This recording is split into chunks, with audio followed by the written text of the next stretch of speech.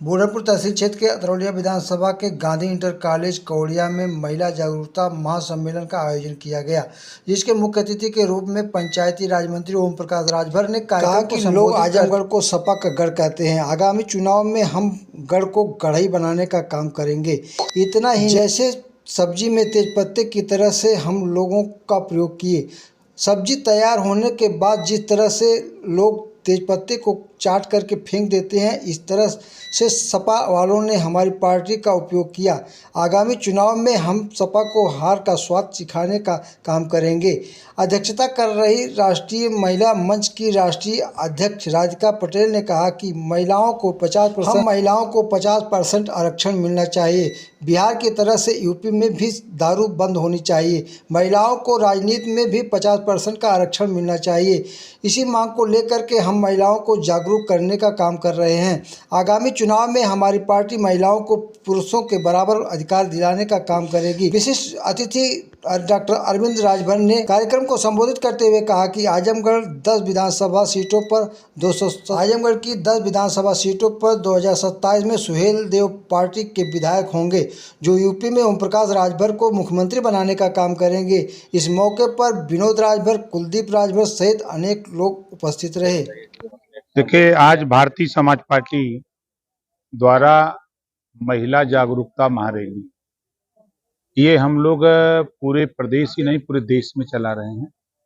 33% reservation जो महिलाओं के लिए राजनीति में लागू हुआ है उसकी जानकारी दे रहे हैं, और आने वाले दिनों में 50% नौकरियों में इनको आरक्षण दिलाना है, ताकि जो बहन बेटियां हैं ये भी सिपाही दरोगा जिस तरह बन रही हैं, आरक्षण मिल जाएगा तो आधी आबादी है ये उसमें बढ़ चढ़ के हिस्सा ले। आप मानते हैं कि महिला अभी जागरूक नहीं?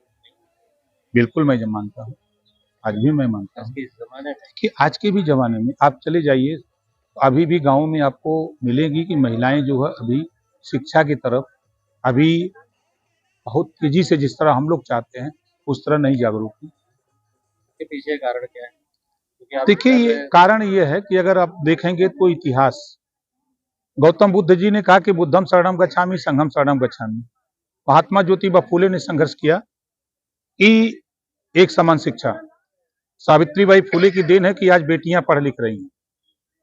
50% रिजर्वेशन छत्रपति साहू जी महाराज ने अपने राज्य में दिया, आज पूरे देश में लागू। बाबा साहब डॉक्टर अम्बेडकर जी ने गौतम बुद्ध जी को, महात्मा ज्योतिबा फुले, सावित्रीबाई फुले, छत्रपति साहू जी महाराज के सारे महापुरुषों के विचारों को संविधान में पिरो दिया। बाबा साहब डॉक्टर अम्बेडकर जी के संविधान की बदौलत आज हम लोग लड़ाई लड़ रहे हैं। माननीय कांसीराम जी आए, प्रदेश में जो वंचित, शोषित, पिछड़ा, दलित, अल्पसंख्यक का सबको जगाया। आज उसी की देन है कि आज हम लोग यहाँ मंच पे बोल रहे हैं।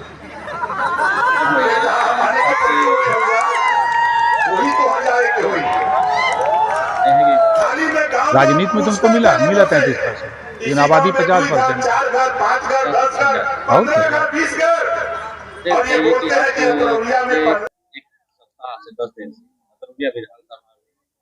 है और पहले यहाँ के क्षेत्र के लिए आजमगढ़ की सबसे बेहतरीन जनसभा अतरौलिया में ही आपने किया।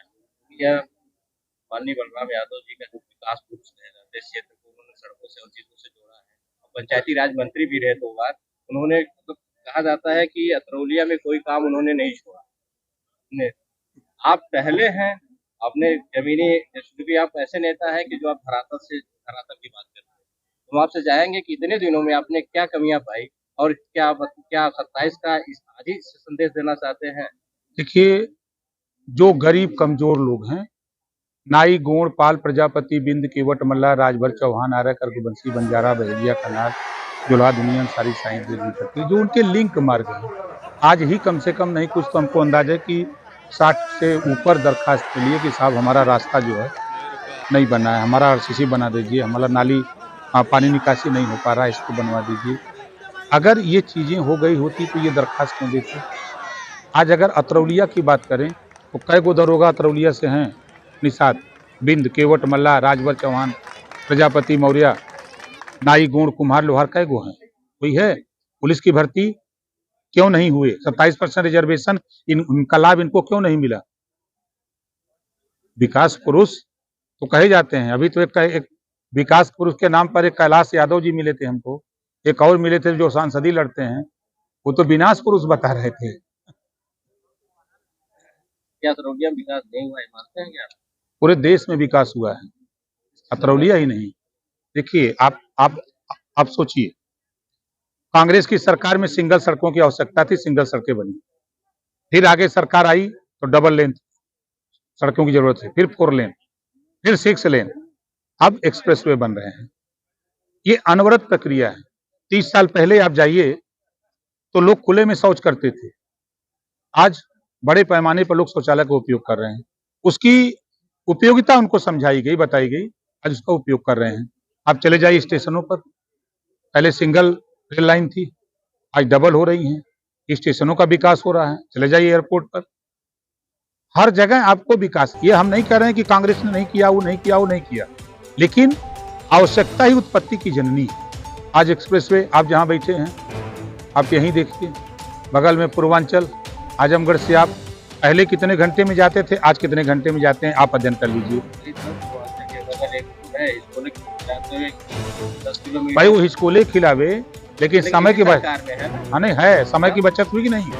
अभी आपके आजमगढ़ से गोरखपुर जाने के लिए लिंक एक्सप्रेस पे बन रहा है, चालू हो जाएगा। तो जो घूमते घामते जाते थे, अब सन से जाएंगे, सन से आएंगे। अहिरौला कप्तानगंज के विषय मुझे जानकारी हुई है, हमने मांगा है कि कोई लिख के दे दे हमको। नहीं है, जानकारी तो ही है। अरे मैं गया था, मैं देख गया, मैं गया, मैंने यही तो आपने कहा ना, विकास पुरुष। सपा के लोग भी धरना दे रहे थे। सपा के, अरे सपा के सरकार में 10 साल पहले किसकी सरकार थी उत्तर प्रदेश में? तब फिर नहीं, अब उसके 10 साल में टूट गई। आज तो देख रहे हैं कि शिकायत लोग कर रहे हैं कि कोई कह रहा 5 साल से टूटी है, कोई कह रहा 6 साल से टूटी है। मतलब कि कोई बता रहा है, कोई 15 साल से, कोई 10 साल से, ऐसे भी लोगों को ऐसा बता रहे हैं। नहीं, हमको लिख, देखिए हमारा है कि हमको लिख के दीजिए, हम कोशिश करेंगे, वो तैयार होंगे। ऐसा देखिए, आपने स्वास्थ्य के बारे में बताया कि करोड़ों रुपया स्वास्थ्य है।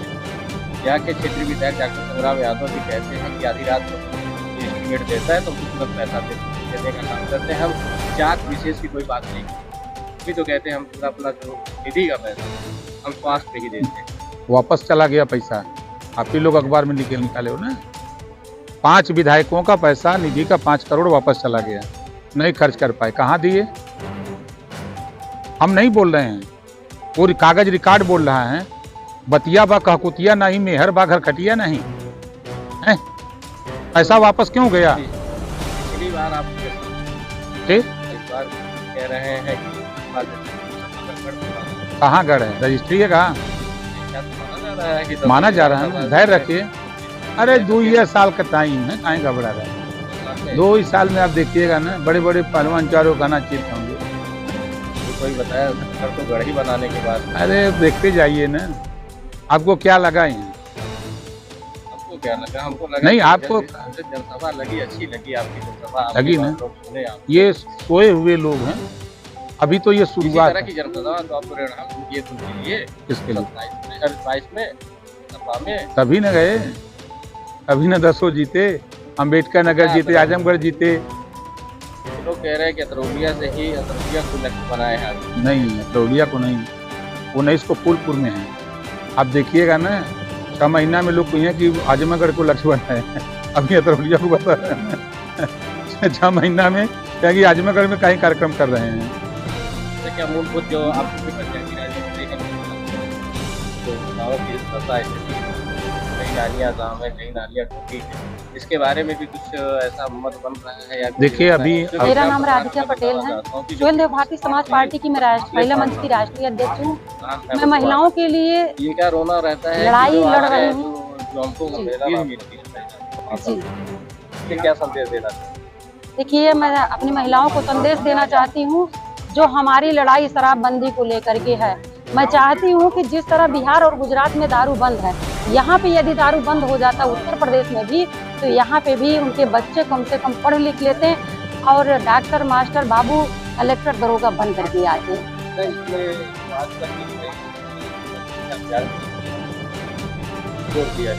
क्या आपको लगता है कि महिला अभी शिक्षा से वंचित है या अधिकार से वंचित है? हाँ, अभी बिल्कुल है। मैं गांव-गांव अलग जगह रही हूँ, मैं गांव-गांव नुक्कड़ सभा करती हूँ। वहाँ देखते हैं कि लोग बेटों को तो पढ़ाते हैं, लेकिन बेटियां जैसे हाई स्कूल करती हैं, ऐसे ये होता है उनके पिता जो है पाई पैसा जोड़ने लगते हैं बेटियों की शादी के लिए, उनको आगे पढ़ाया नहीं जाता है। तो हम लोग चाहते हैं कि जिस तरह बेटों को अधिकार मिलता है, उसी तरह अगर बेटियों को भी अधिकार समाज में मिलना शुरू हो जाए तो बेटियां बेटों से भी आगे बढ़ सकती हैं। और आप देख रहे हैं कि आज बेटियां हवाई जहाज तक चला रही हैं। तो हम इस समाज में जहाँ बेटियां हवाई जहाज का, क्या आपको लगता है कि बेटियां शिक्षा से वंचित है? नहीं, शिक्षा से वंचित तो नहीं है, लेकिन अभी भी कुछ लोग ऐसे हैं जिनके घरों में शिक्षा नहीं पहुंच पाई है उच्च स्तर तक। जैसे जानते हैं, अमीर का बच्चा जो है कॉन्वेंट लेवल में पढ़ाई करता है और गरीब समाज का बेटा प्राइमरी लेवल में पढ़ाई करता है। आज जो पढ़ाई का लेवल है, जो पेपर आता है, वो कॉन्वेंट के लेवल पे आता है। जब कॉन्वेंट लेवल का बच्चा पढ़ा होगा तो वो तो पास हो जाता है, वो नौकरी पा जाता है। विद्यालय में पढ़ाया जाता है, वह शिक्षा नहीं, वह चीज सही नहीं है आपके हिसाब से? हमारे हिसाब से ना मेरे जी हमारे चाहिए कि जो पूरा कॉन्वेंट में चलाया जा रहा है वही प्राइमरी में चलाया नहीं, हम अगर वो अच्छी जी तो आपको लगता है कि उसको पढ़ाना चाहिए प्राइमरी भी होते? हम लोग वही मांग कर रहे हैं कि अगर सरकार से